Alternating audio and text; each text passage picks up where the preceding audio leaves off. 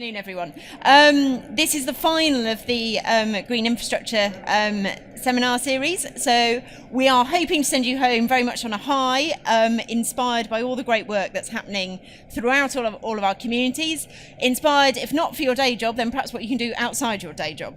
My name is Jane Manning. I'm an Associate Director at Allies and Morrison Architects.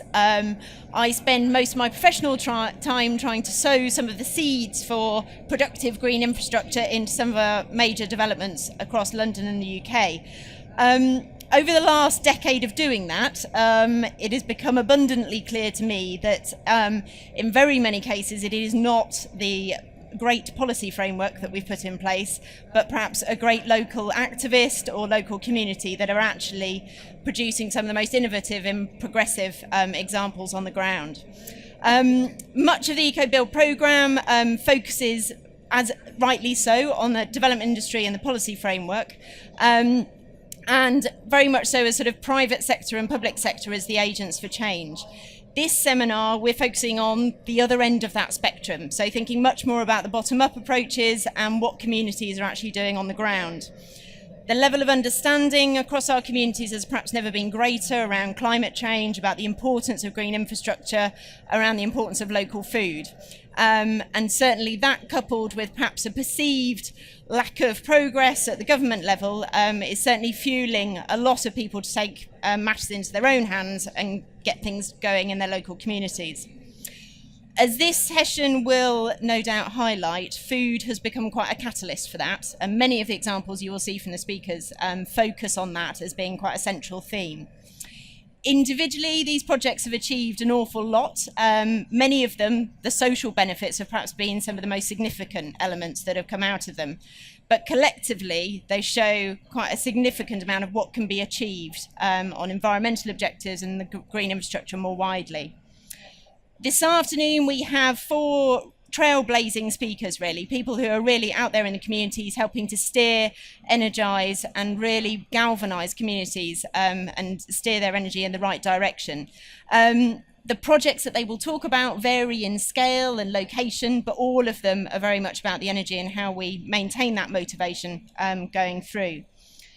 These are not naive projects just dreamt up by local communities. They are well considered, and very many of them are at the cutting edge. And so it is right that we give them the respect and the time through this seminar for this.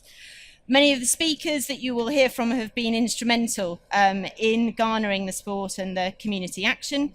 The first to speak will be Fraser Baker from the University of Leicester, who will put a spotlight onto back gardens and perhaps show the potential and certainly the control that many house owners have at their fingertips. Next, we'll move on to Matt Gilchrist and Will Sandy from the Edible Bus Stop. They'll focus much more on the public realm and particularly how we can capture the energy of communities through design and how that's a really important portal for bringing that forward. Finally, Sue Sheehan from incredible Edible Lambeth will talk us through some of the realities of what they've managed to achieve in communities on the ground and particularly what they've learnt along the way. We will look to do a Q&A and debate session at the end, so if you can keep any burning questions till then, that would be most helpful. Without further ado, I will introduce Fraser Baker. So Fraser is a research associate at University of Leicester, and I'll bring him up to introduce his groundbreaking research on back gardens. Fraser, you want to come on up? Okay. Thank you very much, Jane. So I'm based at the University of Leicester. I'm just here today to talk about the projects that I'm involved in, which is, as you can see, the assessing the contribution of domestic gardens to urban ecosystem services.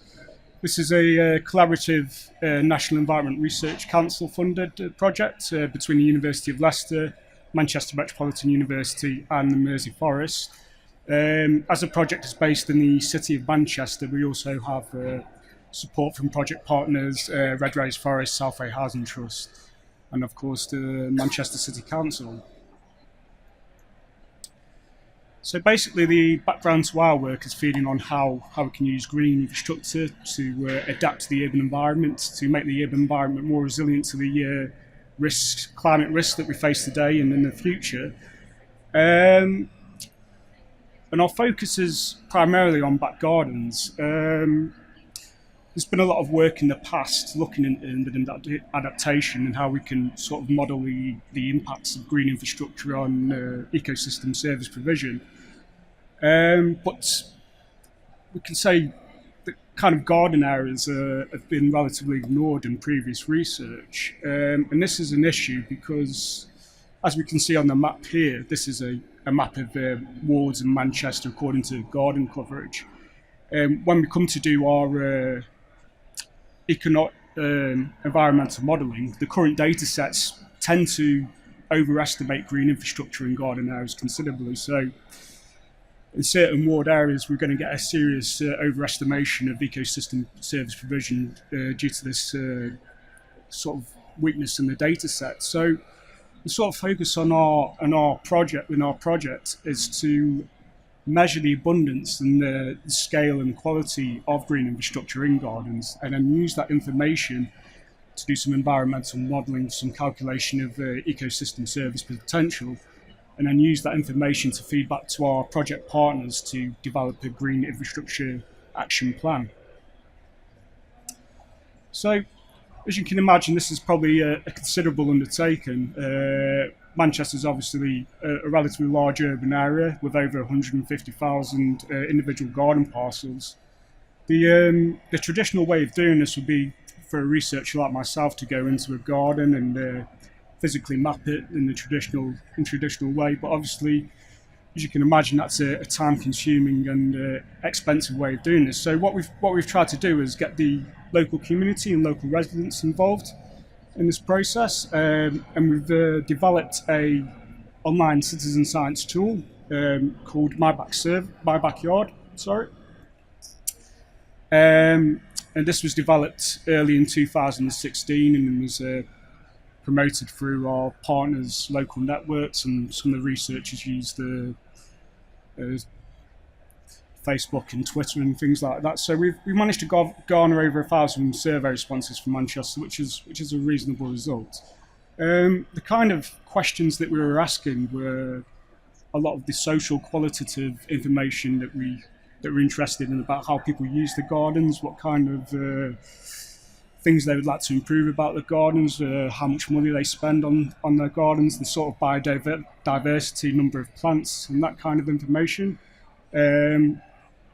Obviously, we're going to collaborate that information at the end and use it to feed back to house builders and developers to sort of open up a dialogue of how we can improve garden provision in future developments. But in relation to measuring ecosystem service potential specifically, we asked people to comment on and estimate surface composition within their gardens.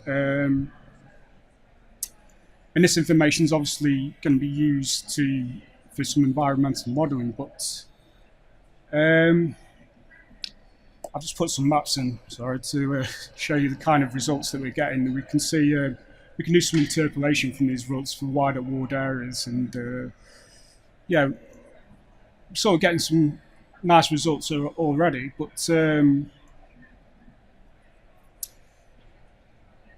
as you can imagine, the survey response is largely self-selecting from the social networks that we've gone through, and we expect people who are mainly interested in gardening, who probably have greener gardens than the average person to respond. So to sort of get a more wide-ranging measurement of green infrastructure in gardens for Manchester, we've used a high-resolution imagery classification approach, and what we're doing is trying to extract garden surfaces for every single garden in Manchester using imagery that covers the whole of Manchester, obviously. So with the survey data, we can augment this broad definition of land cover to input into our environmental models and generate a garden surface database.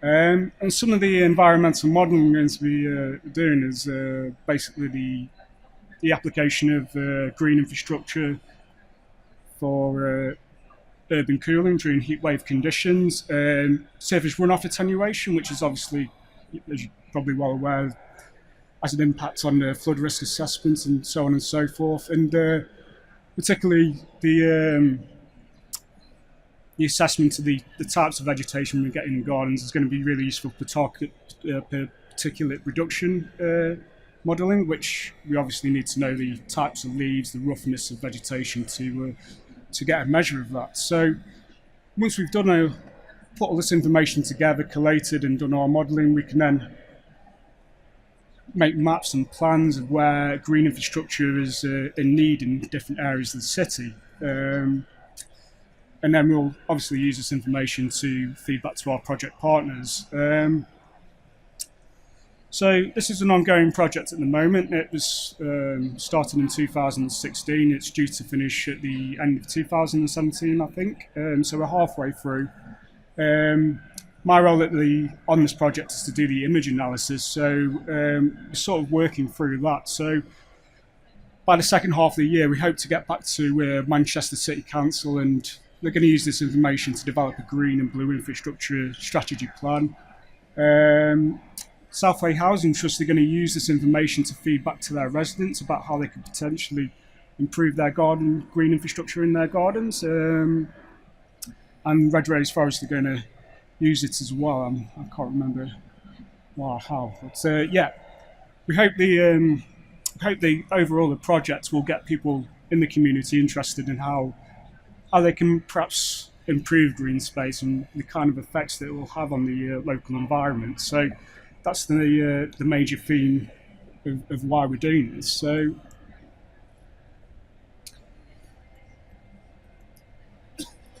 yeah, so I tried to just give you a brief overview of the project there anyway. So thank you for your attention. If anyone's interested in finding out more, there's our project leads, and I don't know if you can memorize the email addresses in a short space of time, but yeah, so if anyone has any questions or needs to find any more information, please contact me after the seminar. Cheers. So from looking at sort of the theoretical of how much control perhaps local residents can have over some of the elements of green infrastructure, we're now going to move to more thinking about some of the specific projects within the public realm and the role that local people can have in design. So I'd like to introduce Matt Gilchrist and Will Sandy from the Edible Bus Stop. Many of you will have seen some of their projects and come along that to get here along the Regeneration Drive just outside here. So Will and Mac, please come on up to the stage. Thanks. So yes, hello, I'm Matt Gilchrist and this is Will Sandy, and we're the founding directors of the Edible Bus Stop. Essentially we transform urban spaces into design-led places, and it's been our mission for the past 6 years now.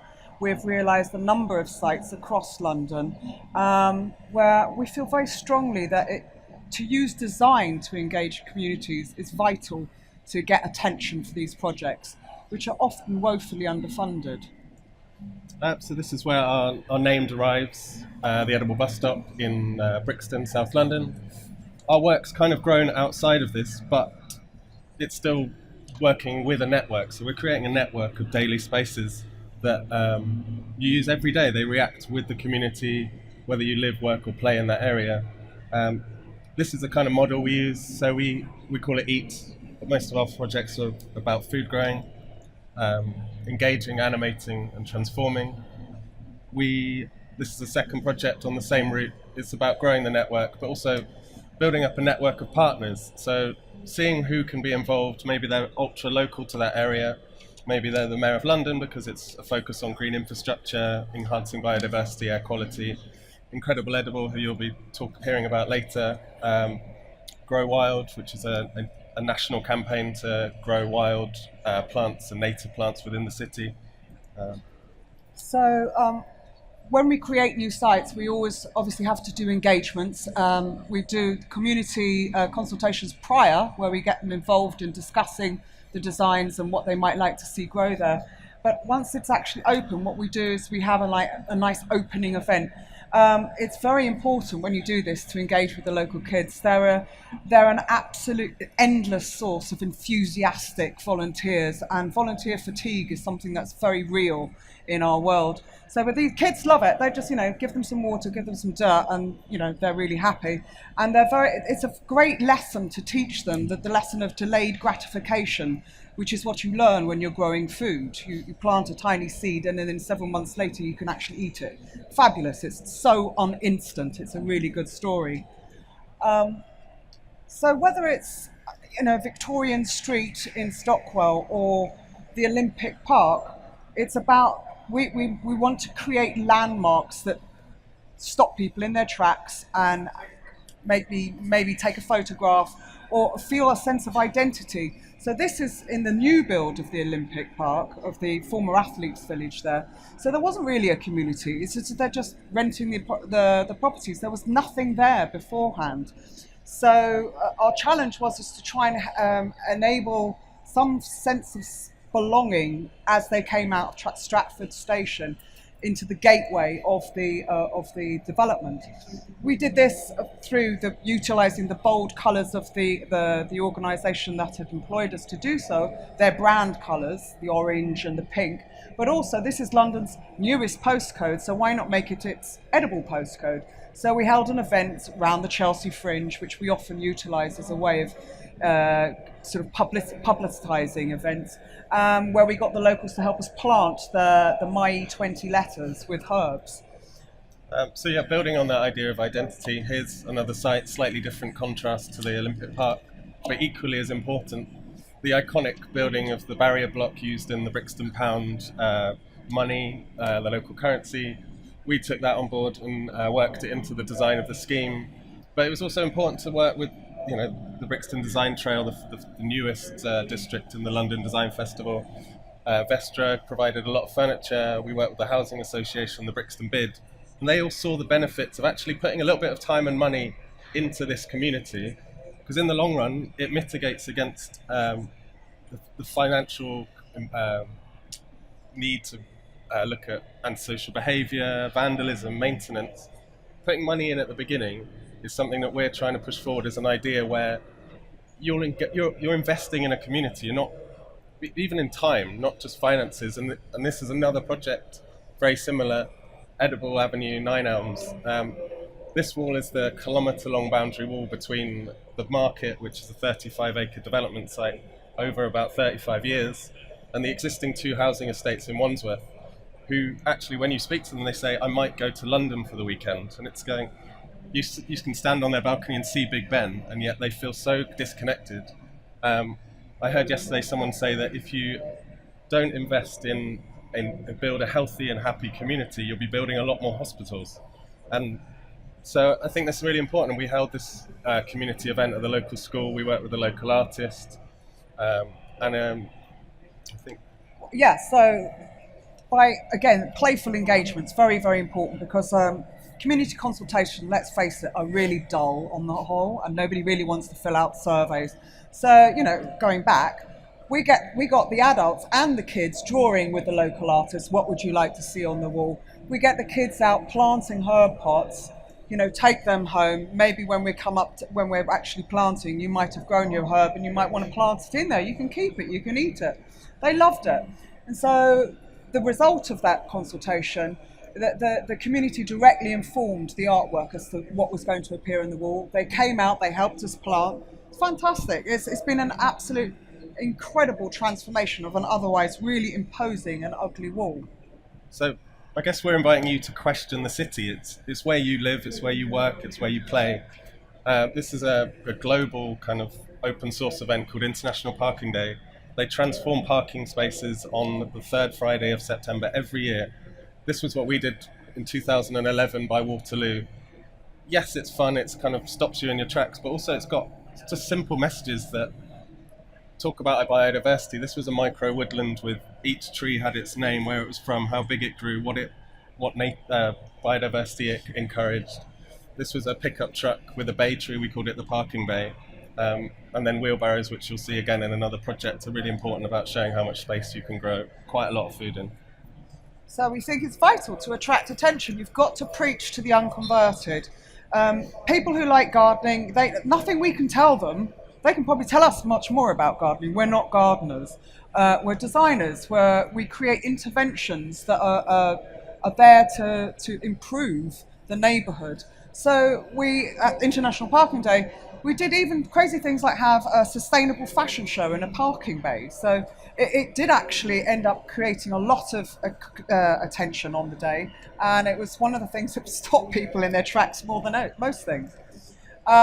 Again, a really spectacular transformation has happened from this really grey space in the South Bank to just animating it with plants. However, what we've done here is we've created the most fun show plants I've ever had by giving them a roller coaster to ride along. Now they're all little mini wheelbarrows with mini gardens, should I say, of edibles in it. And the idea was to create that inspiration of how little space you actually needed to grow edibles and how you can do it playfully. Because normally edibles are grown very sort of regimented, and that's all good. It's all about function, but we wanted to bring an element of form in there, so you have a bit more playful. And again, straight away, you're going to have kids being interested. And if you've got kids interested, you've got it nailed, because they're the key. They are absolutely key in any response that we get to any installations that we do. Yeah, and we actually physically connected this project with the last one by walking those wheelbarrows down the South Bank to Vauxhall 1, to where the big kind of green infrastructure projects still built growing, the missing link. And they wanted us to transform this car park into a green space that informed the future, created a platform for artists in the shadows of the Damien Hirst Gallery just down the road and the Beaconsfield Gallery.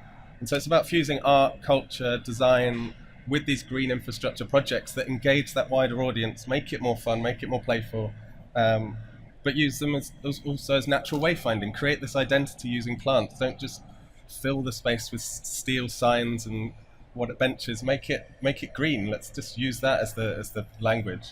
I mean, this is a perfect example of how we were brought in to help promote something that wasn't about gardening. It was about creating a link of all the galleries in Vauxhall. But they used us, a landscape architecture firm, to create that wayfinding with that garden. This is another example where we would argue, is it a garden or is it a sculpture, or is it just both? It's both, in fact. So this is an idea we've been exploring, is portable planted green infrastructure, and where you can drop it in on a site and give people a sort of sneak preview of how that site could be changed by some biodiversity being introduced to it. The idea of temporary, people say, why invest in something that's not going to be there the whole time? We would argue, why not? You know, it creates that perfect instant transformation. It's showing rather than talking about it. It's graphical, it's tactile. And what we've designed here is this idea that it doesn't have to be temporary, because it can be reused. So we've built a toolkit of parts. They can be easily dropped into place, informing the permanent. It creates that conversation. If it doesn't work, you just move it. It's an asset to the client. You know, they come in all shapes and sizes. We were even looking at business units that can then animate that space, create low-cost, inviting business units for startup businesses who then take an active responsibility in their public realm. And they have minimum disruption.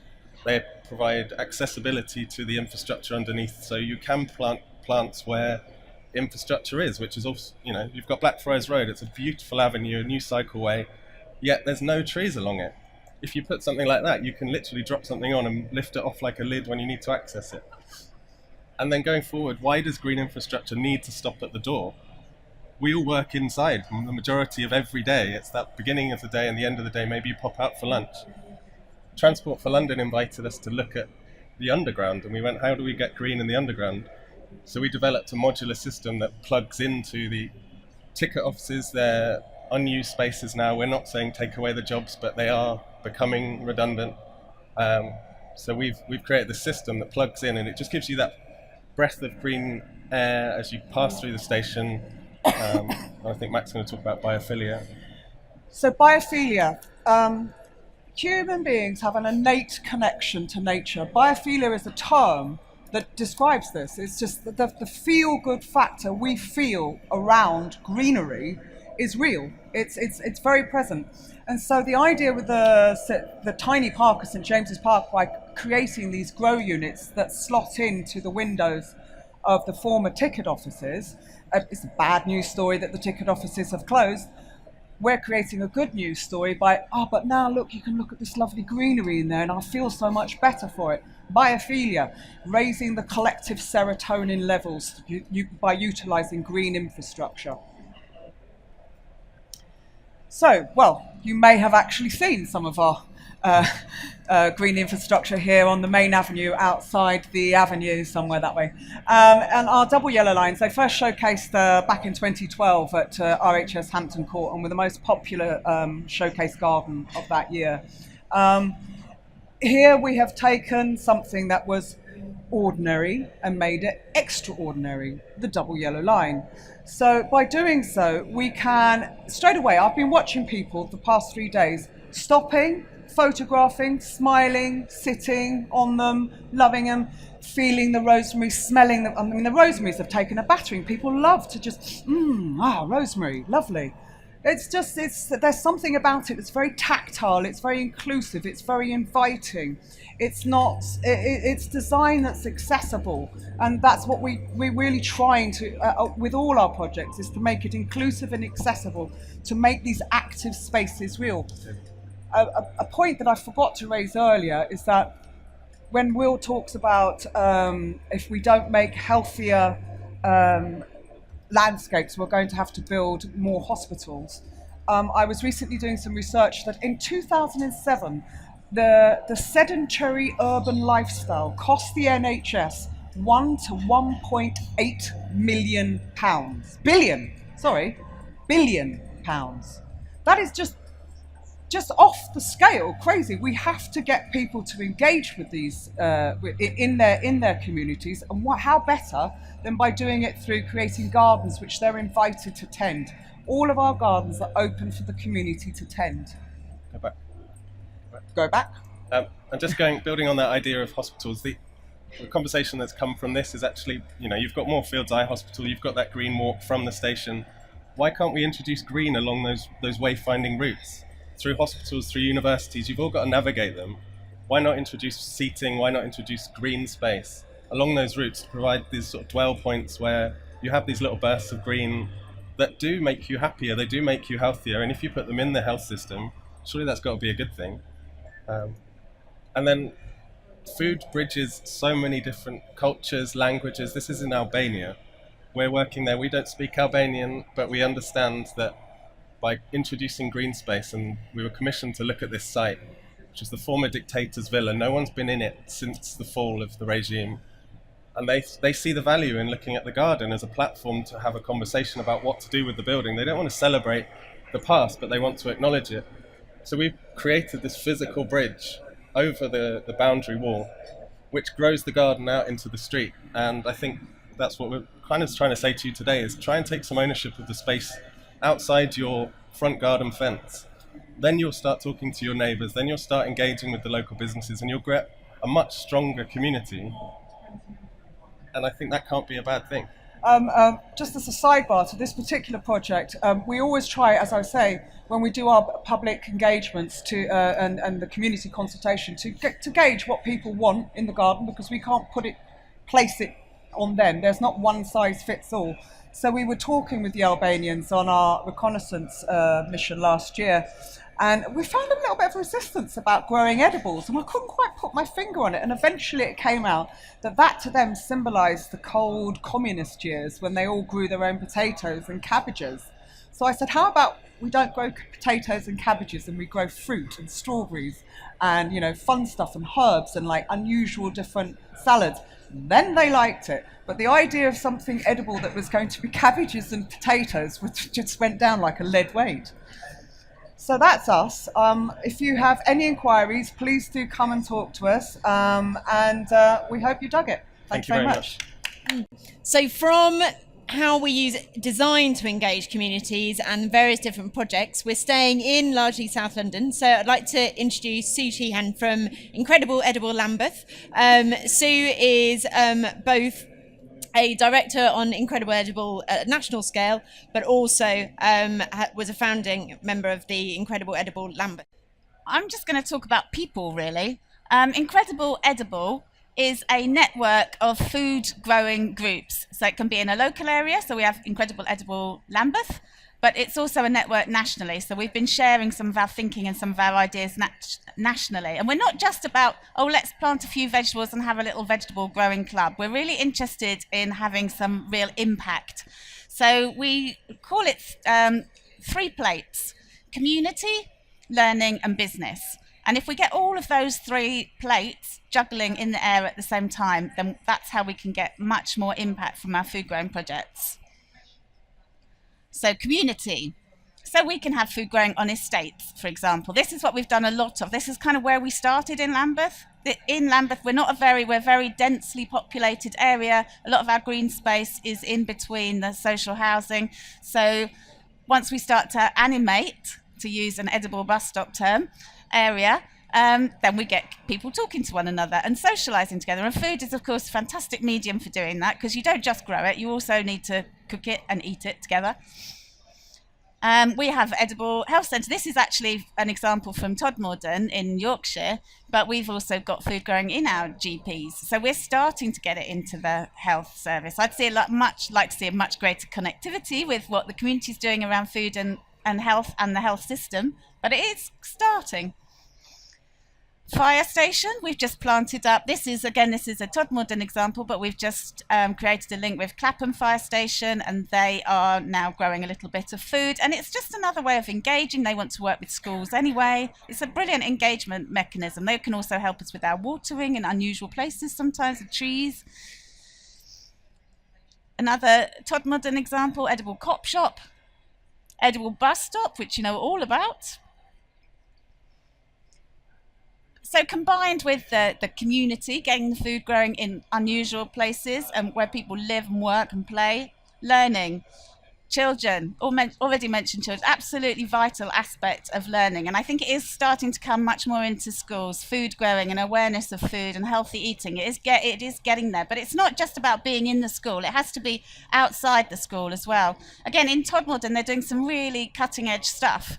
They have aqua garden, so growing aquaculture, where they're cultivating fish and using the waste fish to grow salads, and the water from I'll explain better another time. And this is a rural area, so they can actually farm. In Lambeth, we do try to farm as well, but we farm in a slightly different way in the urban environment. But it's very similar. It's not that different.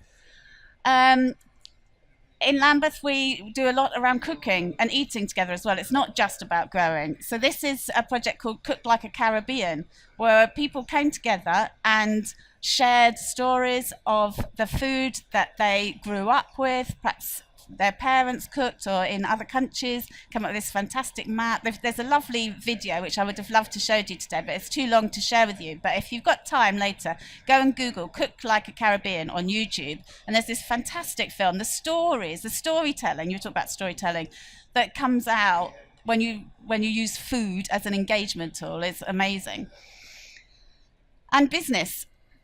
So we know, we've done some quite hefty calculations in Lambeth about most of our food, 95% of the food that we buy in Lambeth goes through the supermarkets. None of that money that we spend stays in the local community. So the more that we can localise our food system, the more money we can keep in our, often quite deprived communities. So we've been growing salads, making chutneys and jams, beer is a big one, bread, and we've calculated there's a massive opportunity around food waste as well. So recently we launched a community fridge in Brixton, so that so much food is wasted. I think in Lambeth every person wastes the equivalent of £9 of food a week. So it's just horrendous. So we've put this community fridge really to raise awareness, so people who've got surplus food can put it in the fridge. It's not waste food, it's just food that's in the wrong place at the wrong time. It's often baked goods that the bakers, they only want to sell what they've baked that day, but it's still fresh sourdough bread lasts a week. But also wonky vegetables, that kind of thing, or just half a packet of chilies where you only really wanted 2. And then another economic opportunity that is flourishing in Todmorden is vegetable tourism. So people actually go to Todmorden to visit, to see where they're growing vegetables. And we do a bit of guided walks and tours and things. We haven't really turned it into a business yet, but and yeah, mapping, just creating those links and opportunities for people to discover in the local area a bit more. Something we've been doing in Clapham. And then in one of the areas, Myatt's Fields, Vassal, well, it's sort of North Brixton, 2 wards, Vassal and Cold Harbour, and it comes right down into Brixton where the market is as well. So quite a lot of big deprived estates, they are actually looking at developing their own local economic plan. And my friend Victoria, who's on the Incredible Edible Lambeth board, was going to come and speak today, but she couldn't make it. So she's just given me a little bit to read out. So excuse me if I read here, because what she's done is go so deep into her community. So she started volunteering in the park, ran some cooking projects. I mentioned the Cook Like a Caribbean project, lots and lots of cooking projects actually, and growing food in the greenhouse, completely restored the greenhouse. There's a lovely, just down the road, there's Loughborough Farm, so a big area that is a development area, has been turned into a food growing space, having really built massive community. And so what she says, the lasting achievement of all these projects has been the network of people that's been created. And they all realised really early on that rather than just wanting to grow vegetables, they're community leaders, and they're committed to improving the places where they live and the opportunities for people. She says, we understand that the real assets when working with food and other human beings, and the intelligence, skills, commitment and friendships that we bring to the table. I mean, I just think that's such a massive thing to be able to say from a little bit of starting some food growing projects. What she's been doing over the last 2 years is working with those community leaders who really are absolutely representative, and some of the people who perhaps lived in the area for a long time, aren't very happy with the council. They've seen a lot of change, and they are now working together and thinking about how they can improve their area for the better. And they're planning to develop a neighbourhood plan, which is a plan for a lifetime neighbourhood. So it's something that really supports and nourishes the people. And she said, we're committed to business as unusual, to understanding and reducing the barriers that stand in many people's ways, in the way people making change happen. And we understand that truly prosperous, sustainable neighbourhoods are built on a foundation of social justice. So that's with very little money. It's just people coming together and doing things for themselves. It costs absolutely nothing to plant a seed, or virtually nothing. And I think these are, they just grow they've flourished. This is actually Vassal and Cold Harbour wards. So we've done some really quite significant mapping around deprivation. The red area is what we would describe as a food desert. So there's been a lot of discussion over the years about food deserts, what they actually look like, how you define them. That we've got a lot of evidence, a lot of mapping. We're very interested in mapping. And that's all I wanted to say, really. Believe in the power of small actions.